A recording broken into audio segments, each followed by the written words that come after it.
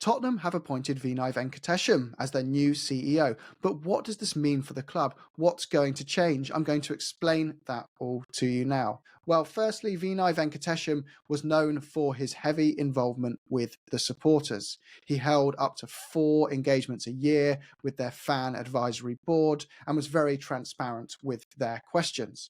Expect more transparency there from the bat. Expect him to gauge in things like Save Our Seniors initiatives. Expect him to get engaged with the likes of Change for Tottenham around what they want. But he will ask of them is to be much clearer of what they want. At the moment, if the asks are simply around spend more money, that's not something he's going to engage with. We just have to look at when those questions came up for him when he was at Arsenal during the fan forum. Someone said to him, "You only spent £40 million net in the last transfer window. That doesn't sound like a lot." He said, "Those figures don't come from us. They don't come from the club." Essentially what he was saying is he can't dictate how much the club spends. It depends how much money the club makes from an operational perspective. So that is not something I don't think fans are going to get clear answers on. What they will get clear answers on, which I think will be exciting for many fans, is he did say when he was in this position at Arsenal, the ultimate objective is to get back to competing for the Premier League and the Champions League. The first step is that objective. It's getting back into the Champions League as a short-term objective, but it's not where we want to go long-term. We need to be realistic. We're not going to get there to winning the Premier League next season, but that's ultimately where we want to get to. So I think for the first time, Tottenham are going to see a leader in the boardroom who's going to say, our ambition is to win the Premier League. It is to win the Champions League.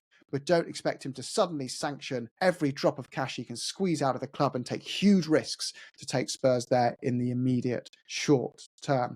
You can also expect him to then regularly engage on the more niche topics around fans. How do we get the atmosphere back? He was very key to these topics at Arsenal and he listened heavily to fans. So there's movements like return of the shelf at Tottenham, which is all about getting the noise back in the South Stand. Expect him to really double down and focus on this. He was also one of the few people that Stan Kroenke stuck with when he came in and took major control of Arsenal. So he overhauled most of the playing squad and most of his leadership staff, but he was very determined that Vinai was going to be a man who was going to stick around with and focus on and give long-term trust to. And he did that, and it seemed to pay off. He allowed him to stick with the likes of Edu and Raul, and those 3 became Kroenke's trusted people with the appointment of Mikel Arteta, and they did not waver over that project. So expect project-based, focused on the club. Think of a 5-year plan to get Tottenham back to challenging and winning trophies again. So that's exciting. We don't know what this means for Scott Munn yet. It's clear that there's an overlap in some of these roles, so yes, do expect there potentially to be a change there with Scott Munn or an announcement clarifying that. They will be much more transparent now with the vision of the club. When Vinai was at Arsenal, he made it very clear what his structure was going to be. They made it very clear that everything focuses around a strong first team. And I'm going to put up here an example of this that got clipped by someone in the fan forum that probably shouldn't have shared it, but did, that everything effectively revolves around a strong first team. They said, strong first team comes from strong technical direction, strong recruitment and ambition in the transfer market. It comes from a strong academy. And I think Arsenal, you have to say, have done well here. They've brought players in through the ranks who have ended up becoming extremely valuable.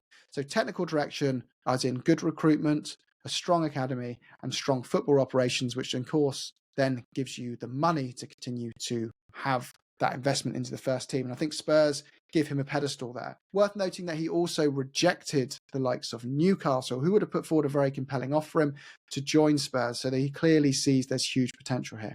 He's not an egotistical figure. Arsenal fans did like him. They felt that on the whole, he was very welcoming with the fans, supportive, open and transparent, and he stuck with their vision and was behind the idea of building a team that sets them up for success in the long term.